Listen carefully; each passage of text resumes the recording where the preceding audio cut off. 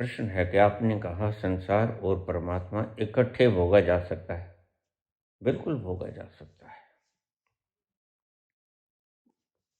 ऐसे ही प्रश्नों को सुनकर संत का मन व्यथित हो जाता है।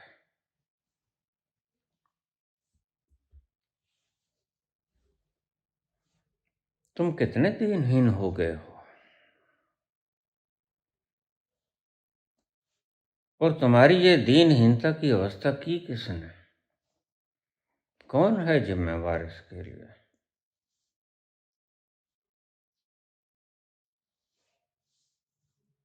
वही लोग जो निहित स्वार्थों के लिए, निहित स्वार्थ है, हमारे पग पूजो, पांव धो के पियो, हमारा नाम हिरण्यकश्यप की तरह जपो, जय जयकार करो, हम जैसा कहें वैसा करो, तानाशाही। तो चाहे संसार में हो, चाहे अध्यात्म में हो, इन लोगों ने तुम्हें इतना लाचार कर दिया है कि आज ऐसे प्रश्न भी पूछे जा रहे हैं कि क्या संसार और परमात्मा को इकट्ठे भोगा जा सकता है?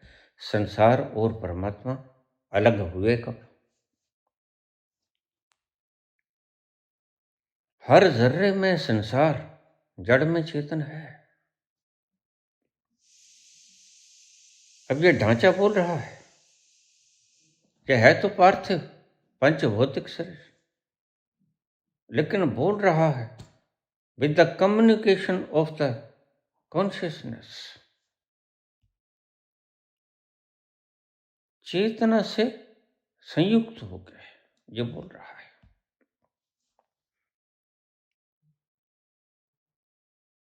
यह पदार्थ संसार है और वह चेतना जिससे कनेक्शन इसे मिल गया, उस चेतना की चेतनता को लेकर, शक्ति को लेकर यह सारे क्रियाकलाप करता है। तुम ऐसा समझो कि एक घर में तुम सारे यंत्र लगा लो, पंखा लगा लो, एसी लगा लो, हीटर लगा लो, गीजर लगा लो, पानी की मोटर लगा लो, पंप लगा लो, सब लगा लो इंस्ट्रूमेंट्स, लेकिन बाहर से तुम स्विच को ऑफ कर दो, मेन स्विच को, तो कोई यंत्र चलेगा? नहीं चलेगा।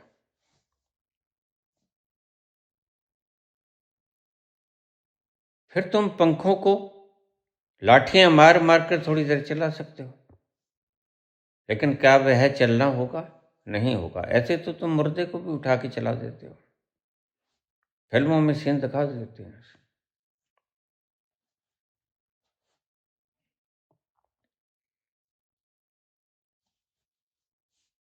संसार और परमात्मा इकट्ठे भोगे जा रहे हैं। जड़ अकेला भोग नहीं सकता। सुनिए बात को,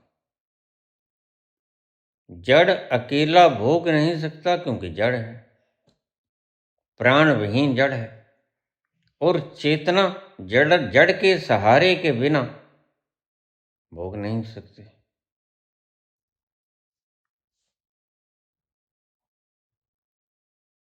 रथवान रथ के बिना चलेगा कैसे?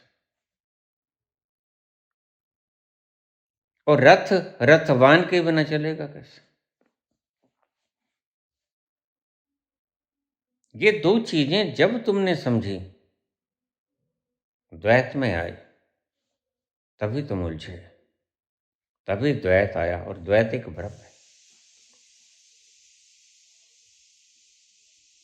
उपनिषद कहते हैं परमात्मा जगत के कण कण में विद्यमान है।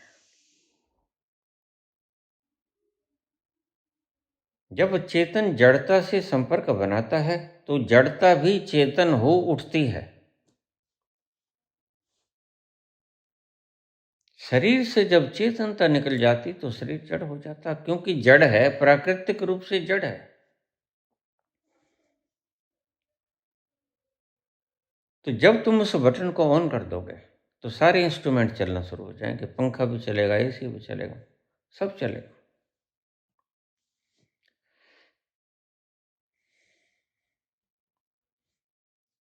संसार और परमात्मा इकट्ठे ही भोगे जाते हैं सदा।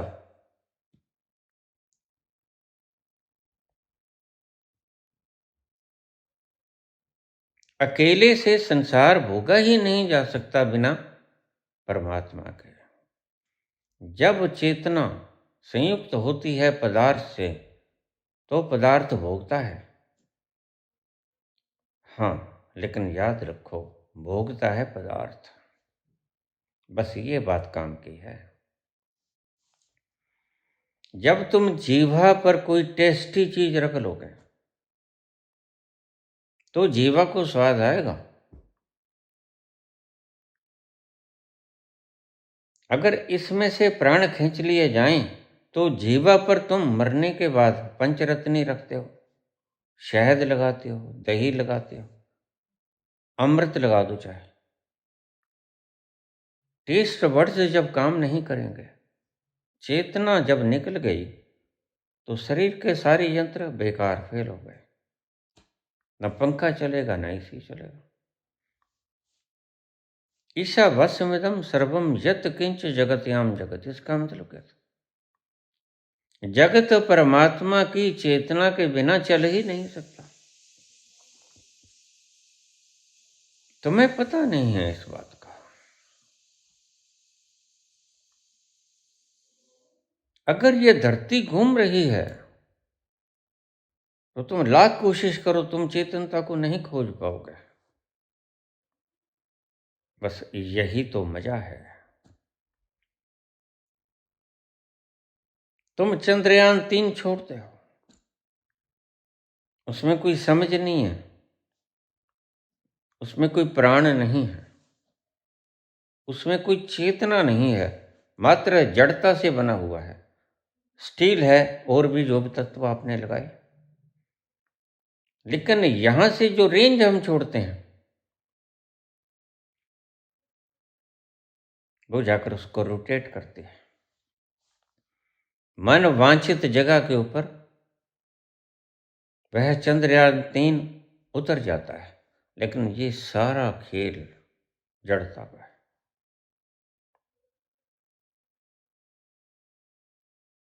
धरती घूमती है, तुम्हें कहीं चेतना नजर आई? तुम कहते हो ग्रेविटेशनल फोर्स है। ग्रेविटेशनल फोर्स किसने देखा है?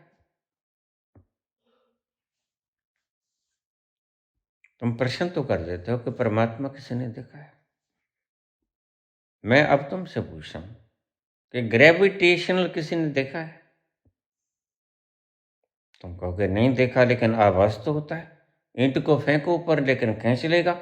तो यही तो मैं कहता हूं, यह वो तत्व है जो तुम्हारे चरम चक्षु से दिखता नहीं।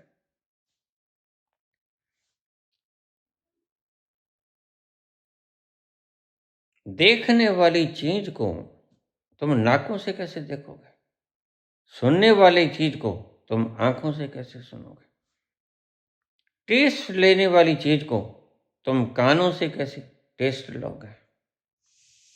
स्पर्श करने वाली चीज को तुम आंखों से कैसे स्पर्श करोगे? प्रत्येक चीज का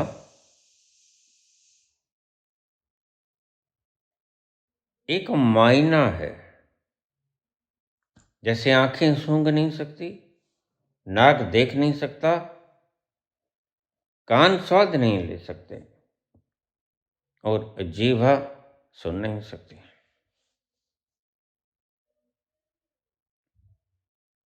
ऐसे ही परमात्मा ऐसा तत्व है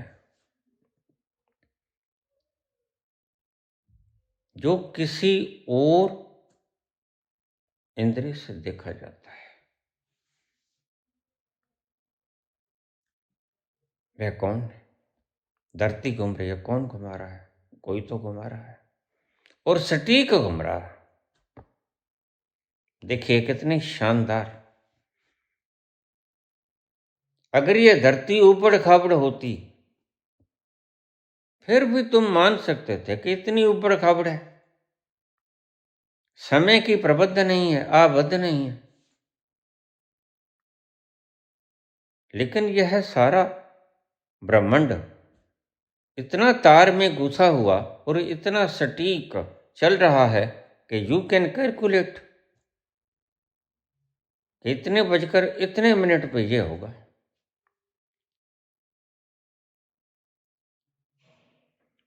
अज्ञानता हो सकती है तुम्हें न देखने दे, लेकिन ग्रह तारों का सारा विज्ञान ये तुम्हारे ऊपर लगातार पड़ रहा है और तुम कहते हो कि हम स्वतंत्र हैं।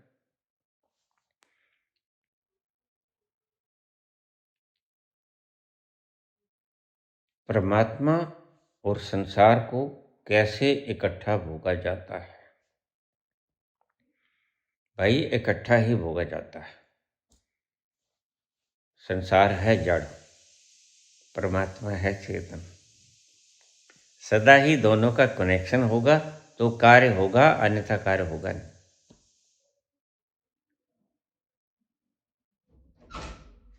अब फिर से सुन लो,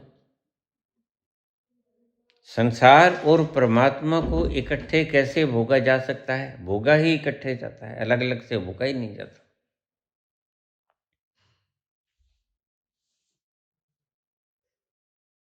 अगर भोगने की बात कही तो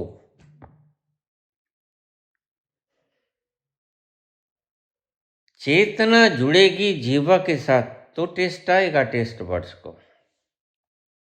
जिस भी इंद्रिय के साथ कनेक्शन होगा चेतना का, त्वचा के साथ होगा तो स्पर्श का आनंद आएगा, आंखों के साथ होगा तो दृश्य का आनंद आएगा, कानों के साथ होगा तो संगीत का आनंद आएगा, दिमाग के साथ संबंध होगा तो विचारों का आनंद आएगा, हृदय के साथ संबंध होगा तो भावनाओं का आनंद आएगा।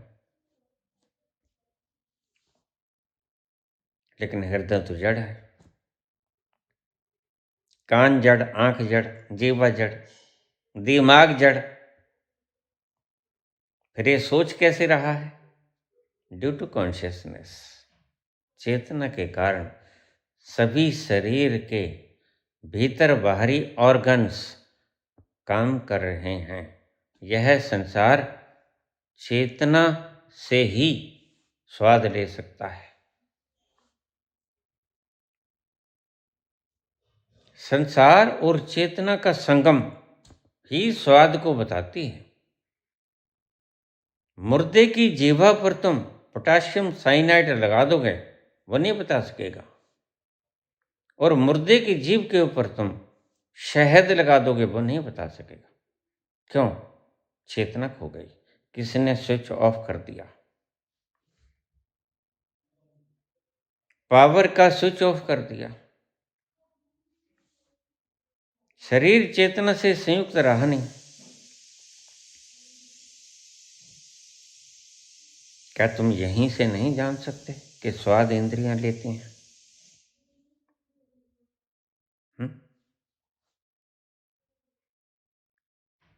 स्वाद इंद्रियां लेती हैं, तुम नहीं लेते। क्या तुम्हें यहां से समझ आ जाएगी? जब मुर्दा हो जाता है व्यक्ति तो उसकी जीभा पर तुम शहद लगा दो, क्या वो बता पाएगा? जब जिंदा होता है आदमी, जब तब तुम जीभा के ऊपर शहद लगा दो, वो बताएगा ना मीठा है। तो भोग किसने किया? किसने किया? जीवा ने किया। देखा किसने? चेतना ने। चेतना की मौजूदगी में जीवा ने स्वाद लिया। चेतना अकेले स्वाद नहीं ले सकते, यह भी समझ लो। चेतना अकेले स्वाद नहीं ले सकती। चेतना को स्वाद लेने के लिए परमात्मा को कहना पड़ता है, एको अहम बहुश्याम, एक से अनेक हो जाऊं। और वह अनेक हो गया। एक से अनेक होकर उसी चेतना के द्वारा वह सुनता भी है कानों से, वह देखता है आंखों से, वह स्पर्श का आनंद अनुभव करता है चमड़ी से, वह स्वाद लेता है जीवा से, वह सुगंध लेता है नासिका पुटों से। लेकिन कभी ध्यान किया कि तुम अन्न तो वही खाते हो, उसी अन्न का रस रक्त मेज मनता जो बनता है, वही लहू बनता है। और उसी अनाज का एक व्यक्ति के भीतर ए पॉजिटिव ग्रुप बनता है, दूसरे के बी बनता है, तीसरे के ए बी बनता है, चौथे के ओ बनता है, पांचवें छठे के माइनस प्लस बनता है। लेकिन अन्न तो वही है। लेकिन भीतर जाकर ये बदल क्यों गया?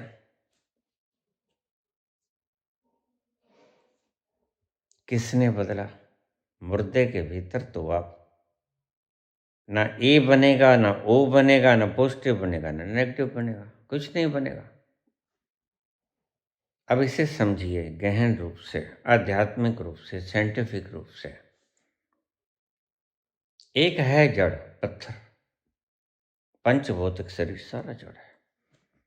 इसमें जितने भी तत्व हैं, पानी है, वायु है, आकाश है, पृथ्वी है, ये सारे तत्व हैं। इसमें 5 भौतिक तत्व हैं, लेकिन तत्व में प्राण नहीं है, चेतना नहीं है।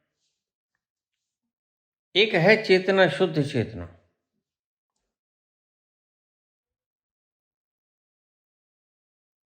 पावर। पावर जब संयुक्त होती है जड़ के साथ, चेतना जब संयुक्त होती है जड़ के साथ, तो कर्म घटित होता है। समझिए बात को। जब जड़ के साथ चेतना संयुक्त हुई, जब पंखे के साथ पावर संयुक्त हुई, तो पंखा चला। अब मुझे ये बताओ कि कर्म किसने किया? जब तक विद्युत नहीं थी, पंखा बंद पड़ा था।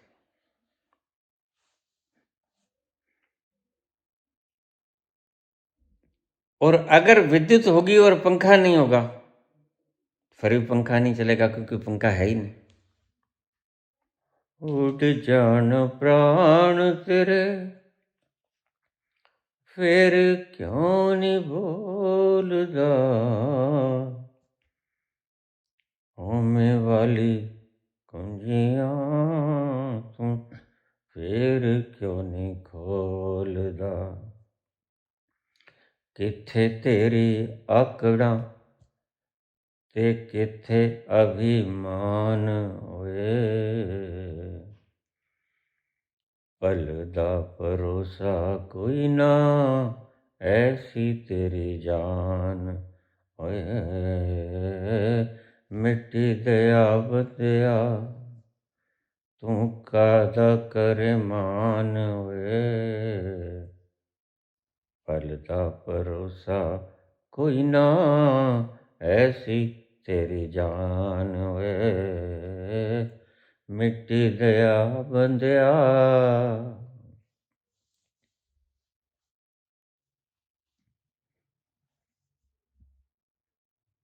जड़ के साथ जब चेतन संबंध स्थापित करता है, तो यह मैं नाम का भ्रम उत्पन्न होता है।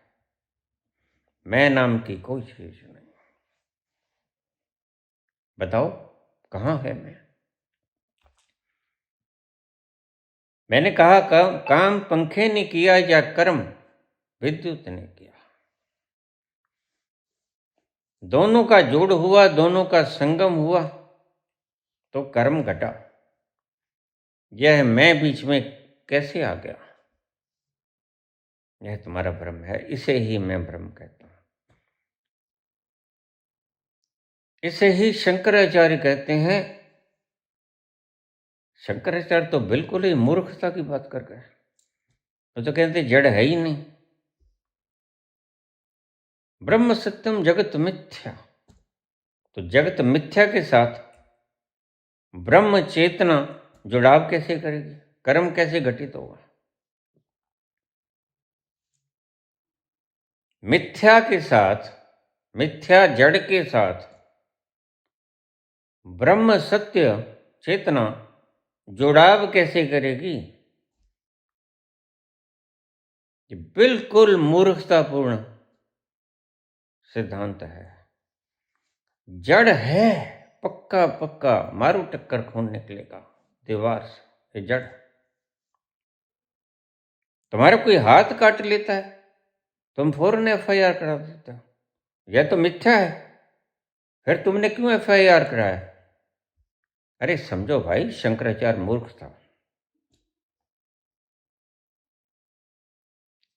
शंकराचार्य अपने अनुभव से नहीं बोला, वो सिद्धियों तक ही सीमित रहा। जिसे हम कहते हैं आत्मज्ञान, परमात्मा ज्ञान, वहां तक नहीं पहुंचा वो। परमात्मा ज्ञान तक नहीं पहुंचा।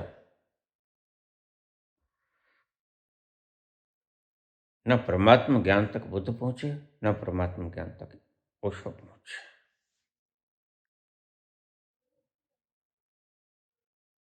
और असली रहस्य बुद्धत्व से अनंत होने के बीच में ही असली रहस्य है, वही तुमने देखा नहीं। तो क्या बोलोगे? खाक बोलोगे? इसलिए मैं कहता हूं, ओशो ने मात्र जो लाख किताबें पढ़ी उसकी उल्टी कर दी, या उल्टी थी। It was vomiting. जो बुक्स उन्होंने पढ़ी, अनुभव तो इसमें था ही नहीं। अनुभव आता है बुद्धत्व से आगे। बुद्धत्व तक कोई अनुभव नहीं होता। अनुभव शुरू होता है बुद्धत्व से आगे, कृष्ण के तल तक, स्वयं परमात्मा के तल तक। वो होता है अनुभव, वो होता है रहस्य। उसको ही न बुद्ध जानते, न ओशो जानते। इसीलिए ही तो रहस्य की बात करने के लिए ओशो को इतना आडंबर करना पड़ा। सोगो नाइट्रस ऑक्साइड 30-30 शीशियां सूंघ लो, 90-90 डायजेपम खा लो, 5 मिलीग्राम, 450 मिलीग्राम, 450 ग्राम डायजेपम। हिसाब लगाओ कहां जाएगी नब्स। 450 ग्राम डायजेपम लेके 5 ग्राम होता है एक में वैलियम में, और 90 गोलियां 450 ग्राम, तो तुम्हारी इतनी सी नर्व फूल के इतनी हो जाएगी।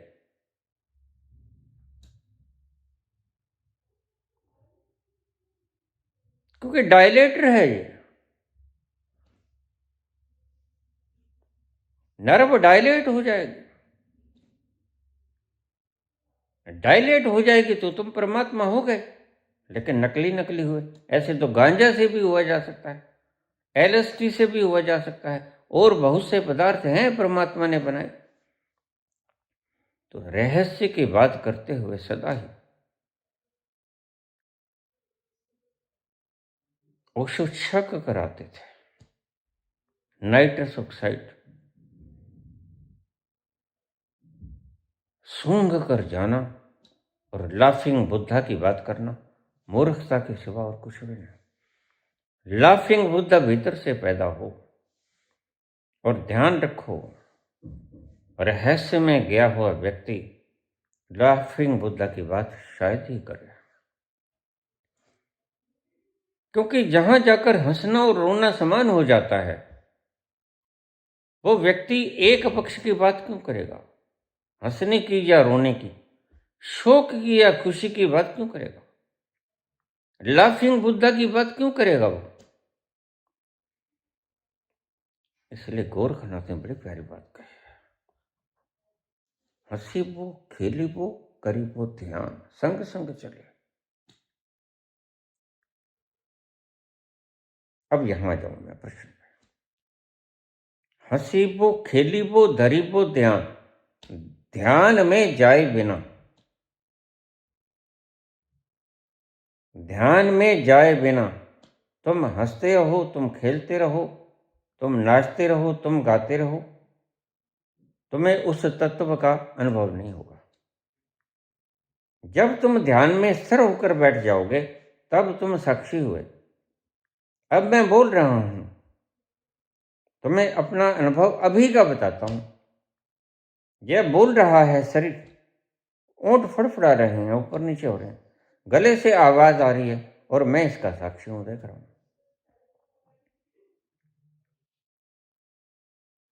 भेद मिल गया ना,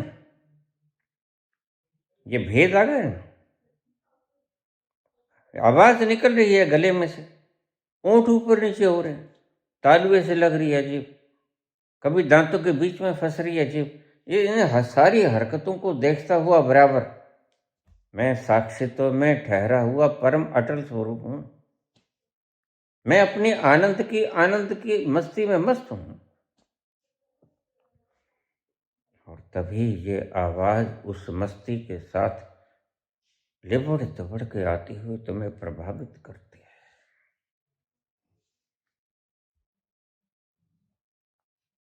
यह तो कोई बात ना हुई। इसलिए ओशो का ज्ञान बकवास है, रहस्य के प्रति बकवास। रहस्य के ऊपर पहली बात तो बोले नहीं वो। उन्होंने बात की जो 1,00,000 किताबें पढ़ी, और लाख किताबें उनकी पढ़ी जो प्रबुद्ध नहीं थी।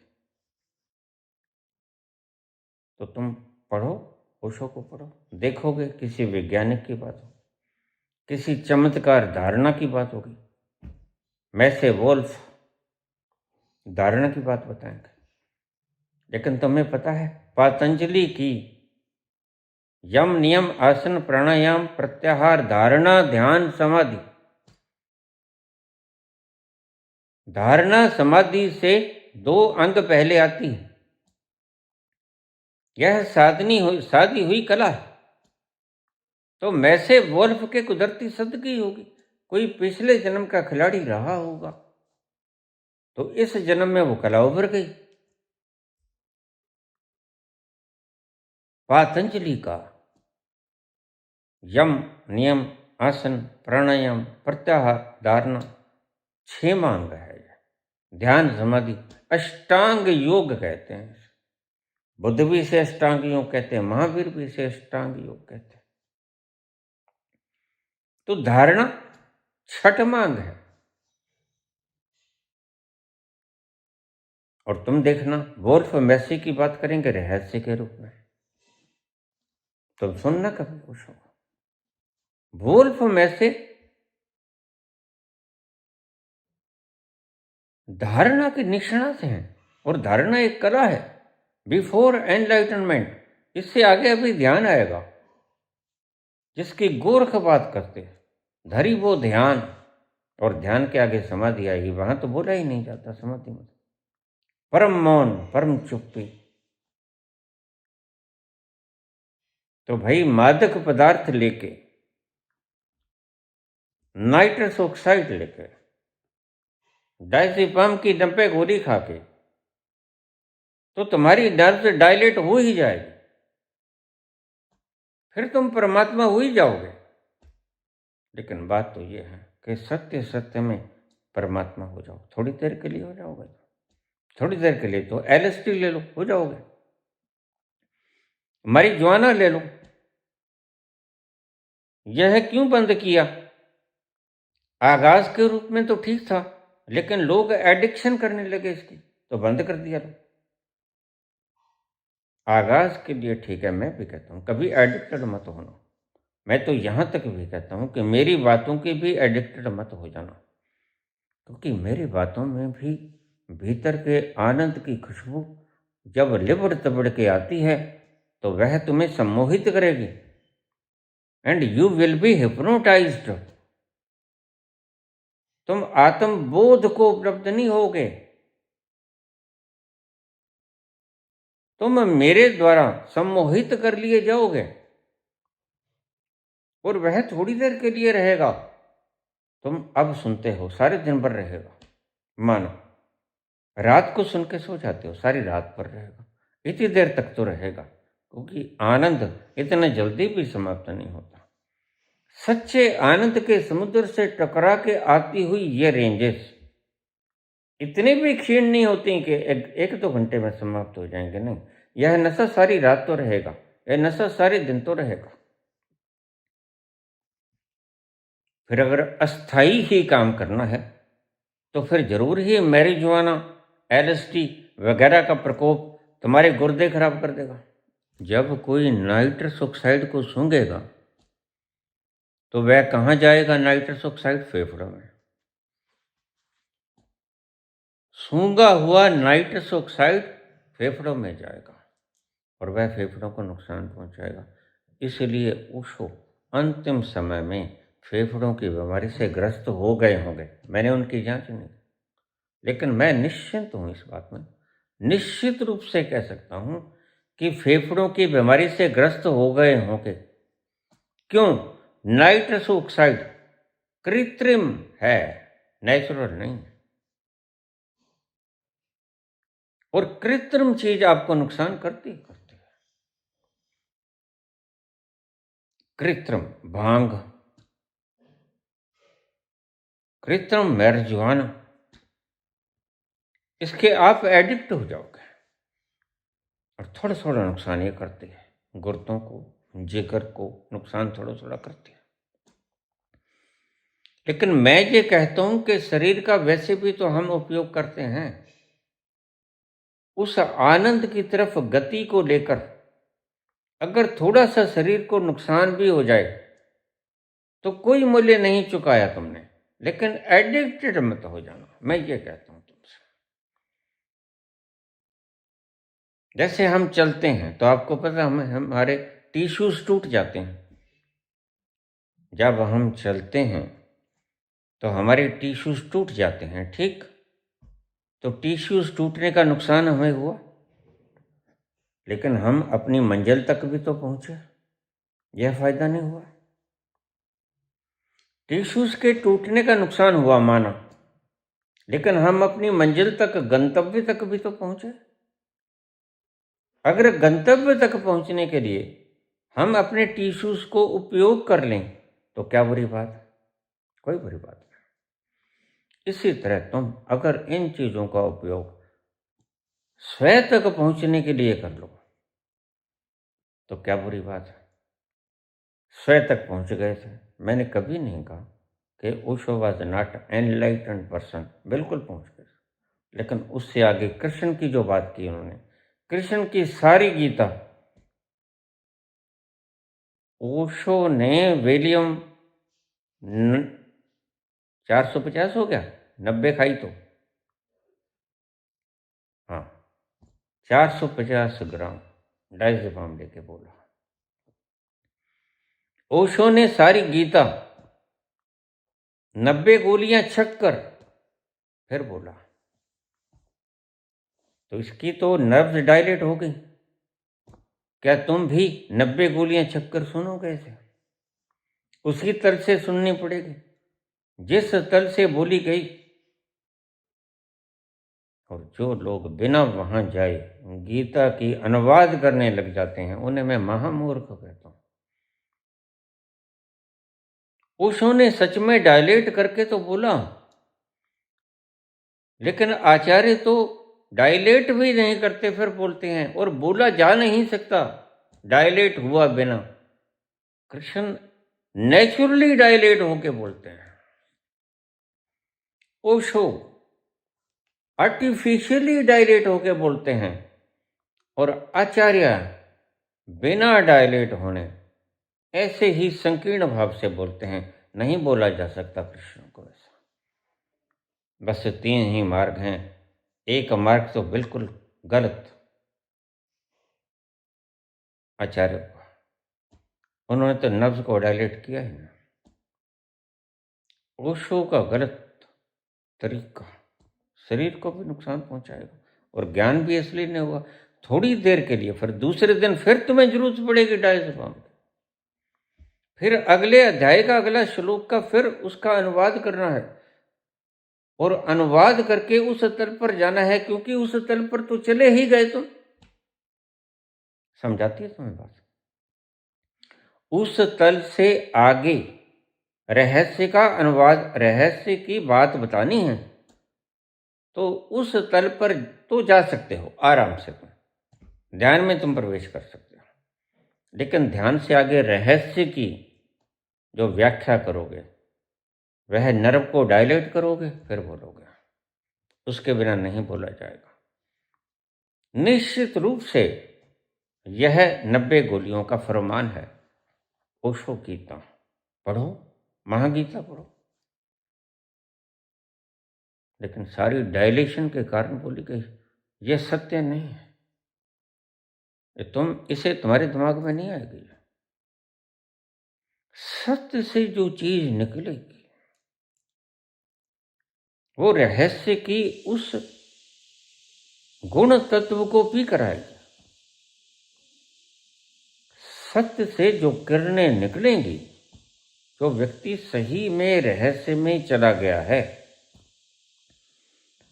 वहां से टकराकर जो हवाएं आएंगी, जो किरणें आएंगी, वो सच्ची सच्ची डायरेक्शन साथ लेके आएंगी। वो डायज़ेपाम का डायरेक्शन नहीं होगा और वो तुमको बदल देंगी। इसे कहते हैं संतत्व की, अनुभव की भाषा।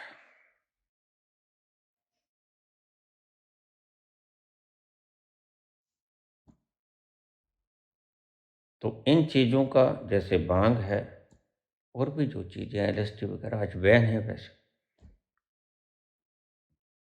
करने वालों ने गलत बैन किया क्योंकि लोग एडिक्टेड हो गए। जब तुम बाहरी तत्वों पर डिपेंड करोगे तो तुम्हारी यही मनोदशा और शरीर की दशा होगी।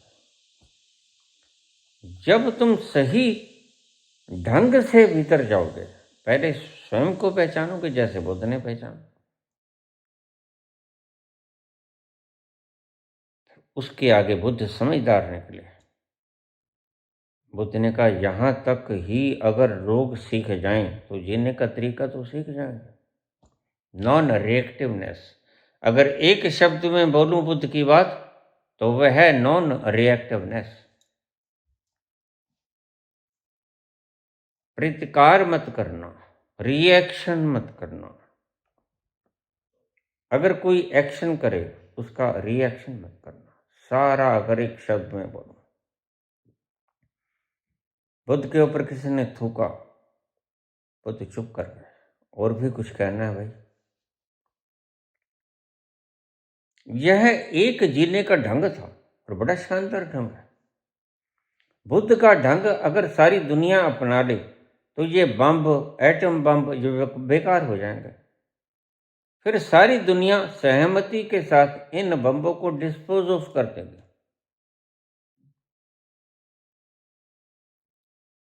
ये जो लोग इस प्रयास में बैठे हैं कि हम राष्ट्रपति को समझा दें, हम फलां को समझा दें, हम ज्ञापन दे दें, हम चिट्ठी निकाल दें, वो कुछ कर लेंगे, इनके बस की बात नहीं है। बड़े गिरोह के हाथों में ये बात आई हुई है। कुछ लोग इस संसार विश्व को चला रहे हैं और वो महामूर्ख हैं। तुम्हें कैसे जीने देंगे? वो खुद नहीं जी रहे हैं। वो खुद सुविधाओं से युक्त तो हैं, पदार्थों से युक्त तो हैं, सारे धरती की मलकियत उनके पास है, सुख है उनके पास, लेकिन उनके पास रस नहीं है। जिंदगी निरस है उनकी। ये जितने व्यक्ति चला रहे हैं, बस यही 150 लोग हैं जो विश्व को चला रहे हैं। और अगर वो अपने भीतर झांकना शुरू कर देंगे तो उनकी जिंदगी भी स्वर्ग हो जाएगी और उनके कारण ही सारा विश्व नरक बना हुआ था, सारा विश्व भी स्वर्ग बन जाएगा। स्वर्ग कहीं ऊपर नहीं, सच्चखंड भी कहीं ऊपर नहीं है, इसलिए मैंने तुम्हें कहा, मैं तुम्हें जीते जी सचखंड में लेके जाऊंगा। मरने के बाद सचखंड न होता है, न कोई लेके जाता है। ये सब भ्रांतियां हैं। और ये भी भ्रांति है कि हम आनंद ले लेंगे। आनंद वानंद, ये इंद्रियां कभी आनंद ले ही नहीं सकती। They are unable to do it. So इंद्रियों को आनंद आता ही नहीं। इंद्रियों को सिर्फ स्वाद आता है, जिसे हम स्टिमुलेशन कहते हैं। और रहस्य या आनंद वो है नॉन स्टिमुलेशन। वहां उत्तेजना नहीं होती। आपके स्वभाव में कोई उत्तेजना नहीं है, बस आनंद है, मस्ती है, खुशनुमा है सब कुछ।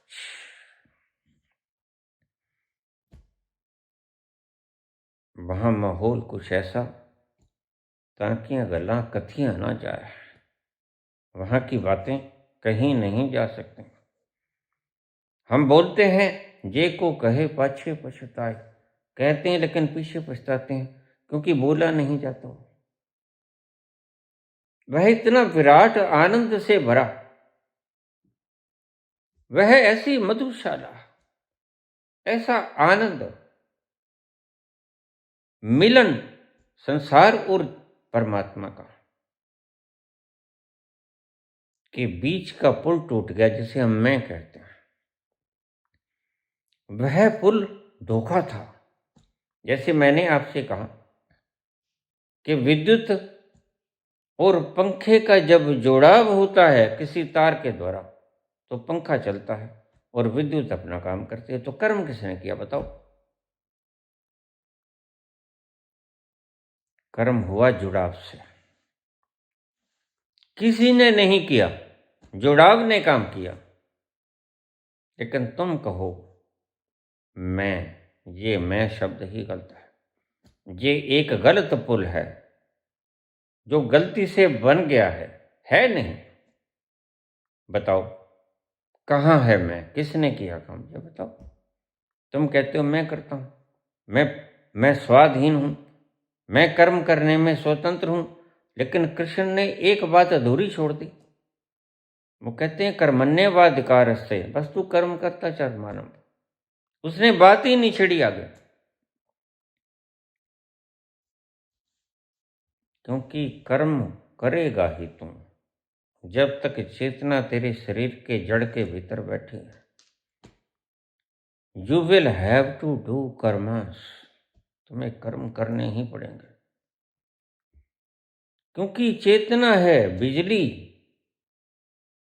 और पंखे का जोड़ाव है, और पंखा चलेगा भाई। जब कब टूटेगा? जब संबंध टूटेगा, जब स्विच ऑफ होगा पहला, या चेतना बाहर निकल जाएगी, जड़ता से अपने संबंध तोड़ लेगी। दो ही ढंग से ये कर्म रुकेंगे।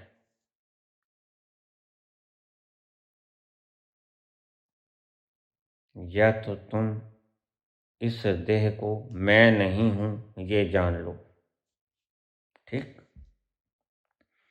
या फिर दूसरी घटना तो प्रकृति घटा ही देती है, आपको इस जड़ से बाहर फेंक देती है, उसे मृत्यु कहते हैं। फिर आप कर्म नहीं कर सकोगे। लेकिन कर्म तुम तब कर सकोगे जब तुम यह जान लोगे। देखिए, ये वो बातें हैं जो अक्षरों में कही नहीं जाती, लेकिन मैं कहने का प्रयास भर कर रहा हूं, और बहुत प्रयास किया मैंने। सारी रात मैंने रामायण पढ़ी, लेकिन सुबह फिर आपने वही प्रश्न पूछ लिया कि सीता राम की मां थी, तो मैं माथे पे हाथ मारता हूं। क्या करना? तुम क्या समझे? ये ठीक के समझाया नहीं जा सकता, लेकिन समझने वाला इशारों को पकड़ सकता है। इस बात को गौर से सुनना। समझाया तो नहीं जा सकता वो, क्योंकि समझ से बाहर है। लेकिन जैसे गागर में सागर तो नहीं समा सकता, समझो बात को, थोड़ा सा यहां समझ लेना। गागर में सागर तो नहीं समाया जा सकता, लेकिन सागर का थोड़ा सा पानी तो भरा जा सकता है, जितनी गागर की कैपेसिटी है। बस मैं कहता हूं कि इतना सा ही कर लो, तुम सागर का थोड़ा सा पानी ही गागर में भर लो, उससे ही तुम्हें इसके स्वाद का पता चल जाएगा। फिर जैसे ही गागर ने स्वाद चखा पानी का, फिर गागर खुद ही सागर में अपने आप को विलीन कर देगी। और यही है तरीका, डिजॉल्व यूर सेल्फ नहीं,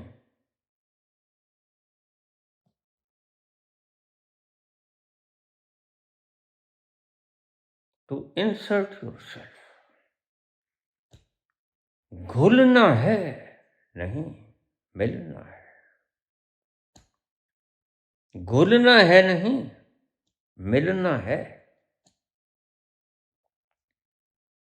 तुम घुलते हो नमक की तरह, चीनी की तरह नहीं,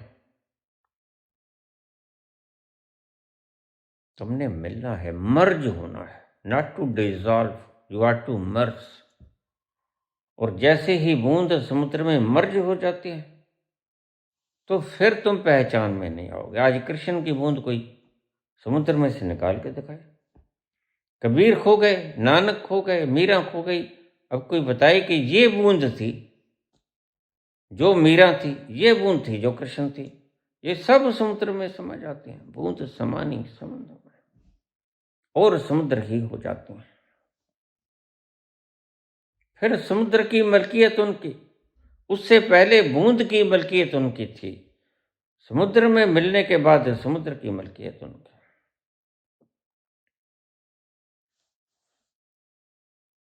कर्म कौन करता है? कर्म जुड़ाव से होता है, करता कोई भी। जुड़ाव से, चेतना और जड़ के जुड़ाव से कर्म उत्पन्न होता है। It is a natural process. करता कोई भी नहीं है। ना विद्युत करती है, ना जड़ करता है, ना चेतन करता है। तो फिर किया किसने? जिसने जड़ और चेतन को बनाया। एक जड़ और चेतन के पार ऐसी सत्ता है जिसने जड़ को भी बनाया और चेतन को भी बनाया। बड़ी मजेदार चीज है ये, शायद कभी किसी ने बोली ना। कर्म का सिद्धांत तुम्हें बता दिया कि कर्म तो ऐसा होगा। स्वाद लेती हैं इंद्रियां, लेकिन चेतना की मौजूदगी में स्वाद लेती हैं। चेतना की गैर मौजूदगी में कोई भी इंद्रिय स्वाद नहीं ले सकती। फिर तुम कहते हो कि हम तो ऐश करेंगे। ऐश करते करते तुम ऐश हो जाते हो, राख हो जाते हो। ऐश किसने लिया? किसने किया ऐश? क्या 6 बार कपड़े बदलना ऐश है? कि 10 बार साड़ियाँ नई नई बदलना ऐश है? क्या बढ़िया बढ़िया पदार्थ खाना जो सुबह निकल जाएंगे शरीर से बाहर, वो ऐश है? कि सुंदर पेय पदार्थ खाना ऐश है? ये तो इंद्रियों ने इनका टेस्ट पहचाना। स्वाद किसने लिया? ना इंद्रियों ने स्वाद लिया, ना चेतना ने स्वाद लिया। इंद्रियों ने चेतना की मौजूदगी में स्वाद देखा। फिर सुनो, इसे गहरी बात है। इंद्रियों ने चेतना की मौजूदगी में स्वाद को चखा या देखा या सुना या स्पर्श किया या सूंघा। तो मौजूदगी किसकी? चेतना की। चेतना ने स्वाद लिया? नहीं लिया। इंद्रियों ने स्वाद लिया? नहीं लिया। फिर किसने स्वाद लिया? स्वाद किसी ने भी नहीं लिया। चेतना ने स्वाद लेती हुई इंद्रियों को देखा। बस ये है परिभाषा। तो आइए, इससे आगे हम सिर्फ 5 मिनट में रहस्य की बात कर लें। आप एक बार स्वयं को पहचान लो। क्या पहचान लो? कि तुम शरीर नहीं हो, तुम विचार नहीं हो, तुम भावनाएं नहीं हो। यह है सेल्फ रिकॉग्निशन है। इसे आत्मज्ञान कहते हैं, इसे प्रबुद्धता कहते हैं। यहां तक तुम आ जाओ, यह बुद्ध का तल कहता हूं मैं। ठीक। तो चेतना है और जड़ है। चेतना और जड़ के संयोग से कर्म हैपन, कर्म होता है। कर्म करता कोई नहीं। चेतना और जड़ के संबंध से कर्म होता है। जैसे कैटालाइटिक एजेंट की मौजूदगी में रिएक्शन हैपन करती हैं। समझा कि केमिस्ट्री के छात्र इसे समझ लेंगे। कैटालाइटिक एजेंट की मौजूदगी में रिएक्शन घटित तो होती हैं, लेकिन क्या कैटालाइटिक एजेंट ने वह रिएक्शन करी? नहीं। भागीदार थी? नहीं। फिर उसका रोल सिर्फ मौजूदगी। In the witness of catalytic agent, in the witness of Sakshi, karmas happen. In the witness of Sakshi, karmas happen. अब यहां तक तुम आ गए। अगर तुम्हें थोड़ा समझ लग गई तो तुम भाग्यशाली हो। बुद्ध के तल से थोड़ा आगे निकलो। बुद्ध का तल कैसे आएगा? रिलैक्स करो अपने आप को, क्रिया योग करो, उसके बाद ध्यान में बैठो। ध्यान का मतलब ना कुछ करना, कोई जप नहीं, तप नहीं, पाठ नहीं, पूजा नहीं, कुछ नहीं। अपने भीतर उतरते जाओ, उतरते जाओ, तुम अपने ही तल पे आ जाओगे। उससे पहले बड़े प्रलोभन आएंगे, जंक्चर पॉइंट आएगा। जो तुम मांगोगे मिल जाएगा, क्योंकि संसार तुम्हारे अधीन है, तुम मालिक हो संसार के। तो राष्ट्रपति या प्राइम मिनिस्टर जहां से गुजरेगा, आसपास के लोग सलाम तो करेंगे ही ना भाई। कतार बांधे खड़े हैं, सभी सिद्धियां, सभी रिद्धियां, और बीच में से राष्ट्रपति गुजरा है, तो वे सब सलाम तो करेंगे, लेकिन तुम उनकी तरफ आकर्षित मत होना। तुम उन्हें अपना मत लेना। अगर तुमने अपना लिया किसी को तो तुम गए काम से, तुम्हारी यात्रा खत्म। तुम ना इधर ना उधर। तो कबीर ने यहां आकर कहा है, बिन मांगे मोती मिले, मांगे मिले ना भीख। मांगना मत। और यहीं पे आकर नानक कहते हैं, जो मांगू ठाकुर अपने ते सोई सोई देवे। दे तो देगा वो, जो मांगोगे दे देगा। तुम ऐसे पॉइंट पे आ गए। एक पहरा कहते हैं नानक, जो मांगू ठाकुर अपने ते सोई सोई देवे। तुम उस जंक्चर पॉइंट पे पहुंच गए, जो मांगोगे मिल जाएगा, क्योंकि तुम ब्रह्मांड के बिल्कुल करीब हो। और ब्रह्मांड बाहर नहीं है, ब्रह्मांड भीतर है। यथा पिंडे तथा ब्रह्मांडे।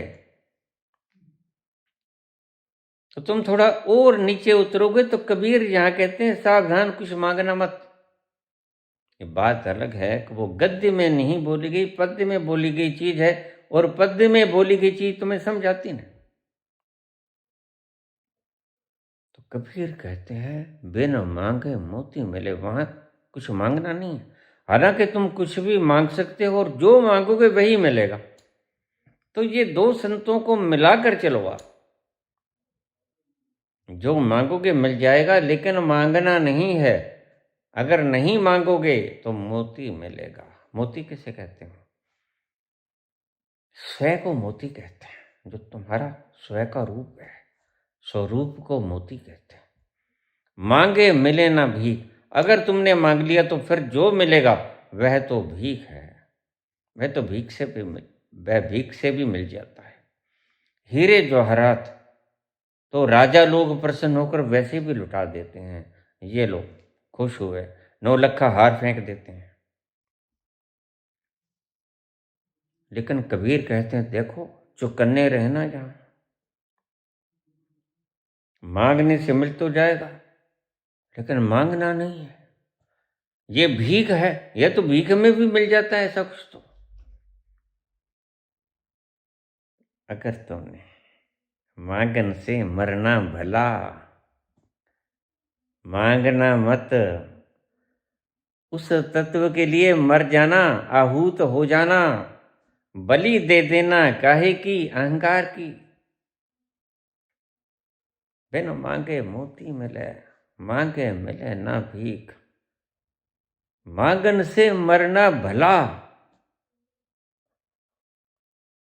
मांगना बुरा है, मांगोगे तो फंस जाओगे फिर चक्कर में। नहीं मांगोगे और मर जाओगे उसके लिए जो तुम्हारी आखिरी गंतव्य है, मंजिल है, टारगेट है, लक्ष्य है, तो मर जाना। गोरख भी कहते हैं मरो हे जोगी मरो, मरो मरण है मीठा, ऐसी मरनी मरो जिस मरनी मर गोरख डिठा। तुम्हें तुम्हारा अंतस्थल पता चल जाए। मिलेगा कैसे? बिना मांगे से मिलेगा। एक सत्य बताते हैं नानक कि जो मांगोगे मिल जाएगा, लेकिन आगाह करते हैं कबीर, देखो मांगना मत। और उसकी सच्चाई बताते हैं गोरख, मांगन से मरना भला। यह सतगुरु की सीख। सच्चा गुरु तुम्हें यही बताएगा, मांगना मत। मर जाना, उस जलती हुई क्षमा में परवाने की तरह खाक हो जाना और राख हो जाना। मांगना मत, क्योंकि हीरे जवाहरात मोती मणियां नौलखे हार तो मांगने से भी मिल जाते हैं। राजा लोग प्रसन्न होकर भी किसी कला के ऊपर तुम्हें लुटा देते हैं।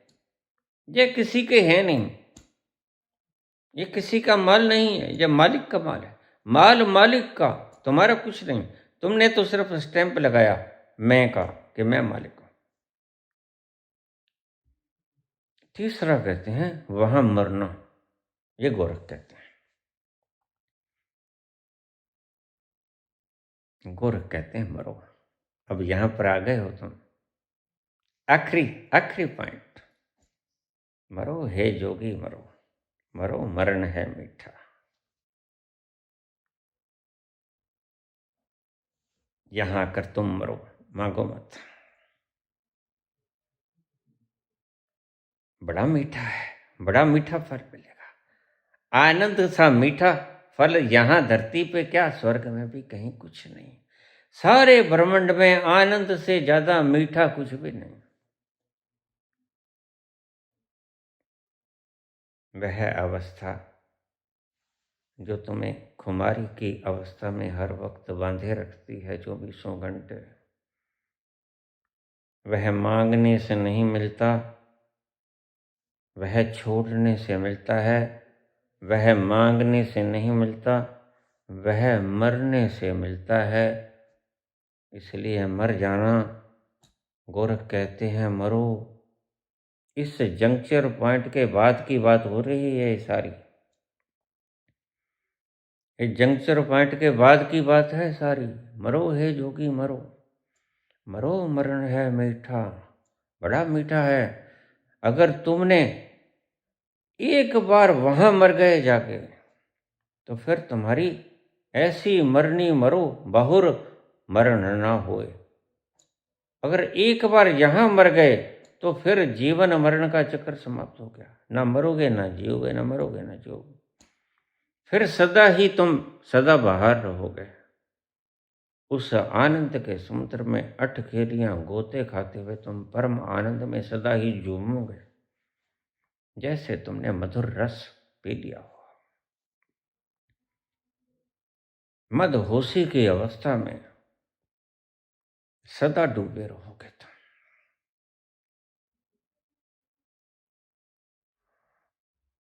मरो हे जोगी मरो, मरो मरण है मीठा, ऐसी मरनी मरो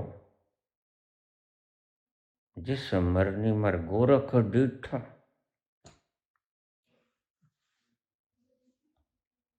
कृष्ण कहते हैं मैं ही हूं परमात्मा। गोरख कहते हैं मैं ही हूं परमात्मा। मैं कहता हूं मैं ही हूं परमात्मा। लेकिन समुद्र किसका? जो बूंद समुद्र में चली गई, वो दावा करेगी मैं ही हूं समुद्र। तो समुद्र किसका? मेरा भी, कृष्ण का भी, गोरख का भी, कबीर का भी, नानक का भी। जो बूंद समुद्र में मिल गई, सागर में मिल गई, बूंद समानी समुद्र में, सागर ही हो गई, सागर वो ही हो गया। वो कह सकता है जितने ऋषियों ने उद्घोष किया अहम ब्रह्मस्म, उद्घोष भीतर जाकर किया, उस समुद्र में एकाकार होकर किया अहम ब्रह्मस्म।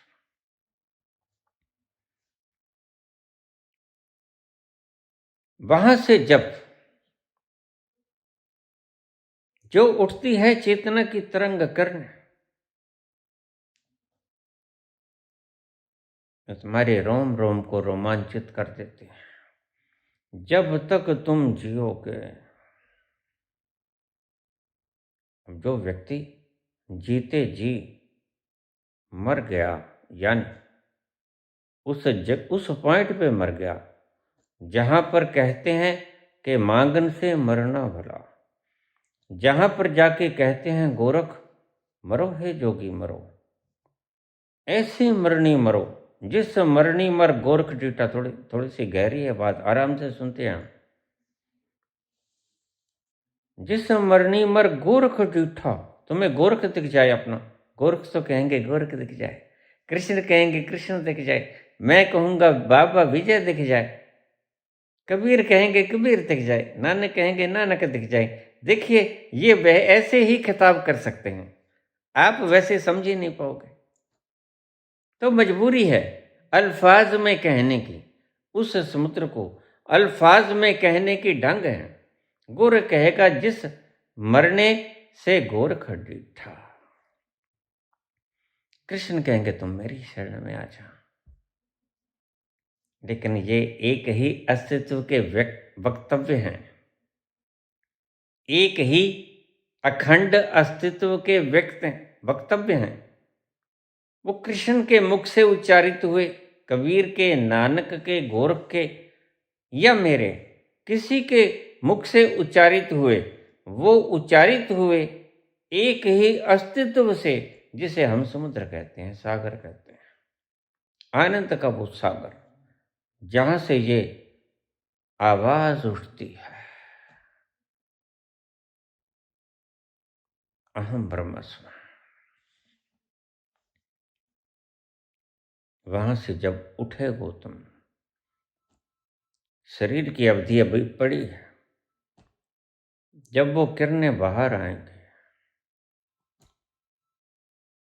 तुम जो करोगे उस करने का मजा कुछ और है। फिर तुम करता ना रहोगे, फिर तुम भोगता ना रहोगे, लेकिन कर्म होगा। जैसे मैंने कहा बिजली की और पंखे की जोड़ाव के साथ जो कर्म होता है वो कौन करता है? कोई नहीं करता, लेकिन कर्म होता है। तो उस तल को छूने के बाद, उस तल में अटकेलियां खाने के बाद, उस परम समुद्र को पीने के बाद, अगस्त ने पूरा समुद्र पी लिया था। उसका कुल मतलब इतना ही है कि अगस्त ने पूरा समुद्र पी लिया, उस बूंद ने पूरा सागर निगल लिया और अगस्त उस तल पर पहुंच गए। अगस्त कहेंगे उस तल पर जाओ जहां जाकर अगस्त्य दिख जाए, उसकी भाषा ये होगी। अब क्या करें, भाषा बड़ी कमजोर है, लेकिन भाषा में समझाना हमारी मजबूरी है। हमारे पास और कोई तरीका ही नहीं समझाने का, थोड़े थोड़े इशारे कर देंगे और भाषा से ही इशारे करेंगे हम। तो तुम उस तल पर पहुंचने के बाद जो कर्म होंगे, तो संसार और परमात्मा दोनों को इकट्ठे भोग लोगे तुम। उसका आनंद का क्या वर्णन करूं मैं। ताकियां गल्लां कथियां न जाए, जे को कहे पाछे पछताए। मैं इतना कंटेंट फेंक रहा हूं, इसलिए नहीं कि कोई सुने आज मुझे, नहीं, कभी भी कोई भी जिसे प्यास लग गई हो और कोई भी जिसे किसी प्रश्न का उत्तर उस तल का चाहिए, तो उसको कम से कम मेरे इस कंटेंट में उसका जवाब मिल जाए।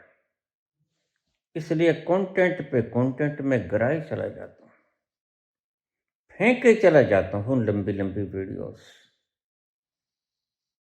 अगर कल को कोई मुमुक्षु प्यासा उस तल पर पहुंच जाए और उस तल पर किसी बात को खोजना चाहे, तो वह मेरे ग्रंथ से मिल जाए, मेरे वाणी से मिल जाए। तो मैंने पहले दिन अपने चैनल कंट्रोलर से कहा कि मैं इतना कंटेंट फेंकूंगा यूट्यूब पे, इतना कंटेंट फेंकूंगा कि तुम उसे स्टोर करते रहना। कल को कोई भी मुमुक्षु उस तल पे पहुंच सकता है, किसी के माथे पे नहीं लिखा होता। परमात्मा किन रंगों में राजी है पता नहीं।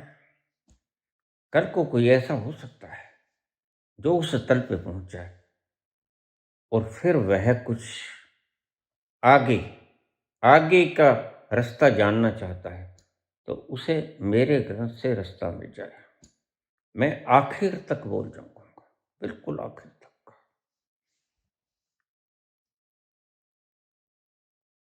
वहां से आगे तो आज मैंने कहा जड़ और चेतन, शरीर और कॉन्शियसनेस 100% हो गए। लेकिन इससे आगे की बात आज थोड़ी सी बोलता हूं। इनको किसने बनाया? एक तत्व ऐसा है जो सुपर पावर है। उसने जड़ को भी बनाया, उसने चेतन को भी बनाया। ये सब तुम्हारे लिए अजूबा है। तुम एक मिट्टी का कण भी नहीं बना सकते। और उसने मिट्टी का कण भी बनाया, चेतन भी बनाया, सब बनाया उसने। जिसने बनाया वो सुपर पावर परम पिता परमात्मा, वो इन सब से परे है। जड़ से परे, चेतना से परे है। उसको नाम क्या दूं मैं? उसे मैं कहूंगा परम चेतनता, सुपर कॉन्शियसनेस, परम चेतनता,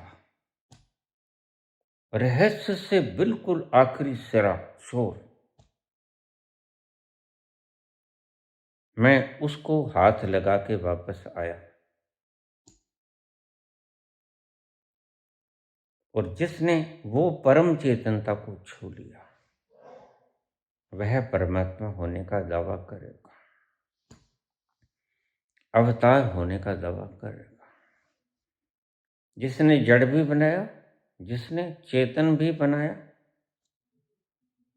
और जिसने बनाया वो इनसे अलग, जड़ से भी अलग, धीरे बोल रहा हूं थोड़ा सा, चेतन से भी अलग, लेकिन वह क्रिएटर, सच्चा क्रिएटर, सच्चा पातशाह, आज सच, जो इन सब चीजों को बनाने से पहले भी था, वो सच, जुगाद सच, सदा से सच था, वो है भी सच, आज भी सच, होशी भी सच, आगे भी सच रहेगा। वह सुपर कॉन्शियसनेस, वहां जाकर व्यक्ति मौन तो घटित हो जाता है बुद्ध के तल पर, लेकिन उससे आगे शब्दों में व्याख्यायित क्या करूं? परम मौन। परम मौन भी जहां नहीं रहता, मौन भी नहीं रहता, परम मौन भी नहीं रहता, उससे भी पार। बस अब ये इशारा चलेगा, ना जड़, ना चेतन, न परमात्मा, न कॉन्शियसनेस, सुपर कॉन्शियसनेस, जिसने इस सारी सृजना को निर्मित किया। बस वो आखिरी पॉइंट है, उसको छूना भर होता है। उसको छूने के बाद जो व्यक्ति वापस आ जाता है वह अवतार। वह जब जाएगा वो समुद्र में समा जाएगा और समुद्र ही हो जाएगा। उसने जीते जी जागते जागते देख लिया कि मैं समुद्र हूं, मैं बूंद नहीं। इसलिए वह बूंद समुद्र में समा जाती है। बूंद समानी समुद्र में।